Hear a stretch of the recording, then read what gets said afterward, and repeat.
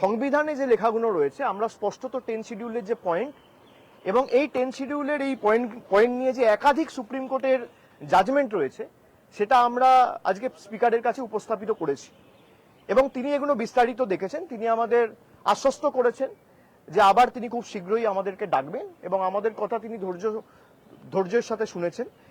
আমরা আমাদের কথা রেখেছি, আমরা বলেছি এদেরকে ডিসকোয়ালিফাই করতে হবে এবং যে সেপারেট ব্লকের কথা বলা হচ্ছে, সেপারেট ব্লক বলে কিছু হয় না। 91st অ্যামেন্ডমেন্টে খুব সম্ভবত 2003 সালে এই সেপারেট ব্লকই উঠে গেছিল। সেপারেট ব্লক বলে সেপারেট গ্রুপ বলে কিছু হয় না। তারা যে আলাদাভাবে পৃথকভাবে চিঠি দিয়ে বলেছে আমাদের আলাদা দলনেতা, যেটুকু আমরা সংবাদ মাধ্যমে দেখেছি, আলাদা চিফ হুইপ, আলাদা ডেপুটি লিডার, এসব হয় না।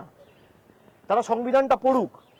সুপ্রিম কোর্টের ভুরি ভুরি জাজমেন্ট রয়েছে যেখানে স্পষ্টত রায় রয়েছে যে মার্জার তখনই হয় যখন 2/3 political party decides two merge, নইলে সেটা মার্জার হয় না।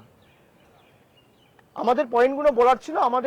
আমরা আশাবাদী যে স্পিকার নিশ্চয়ই তাদেরকেও ডেকে আমরা যে কথাগুলো বলেছি তাদের থেকে সদুত্তর চাইবে এবং আমাদের ডাকবে এবং যত তাড়াতাড়ি সম্ভব এর সুরাহা করবে এবং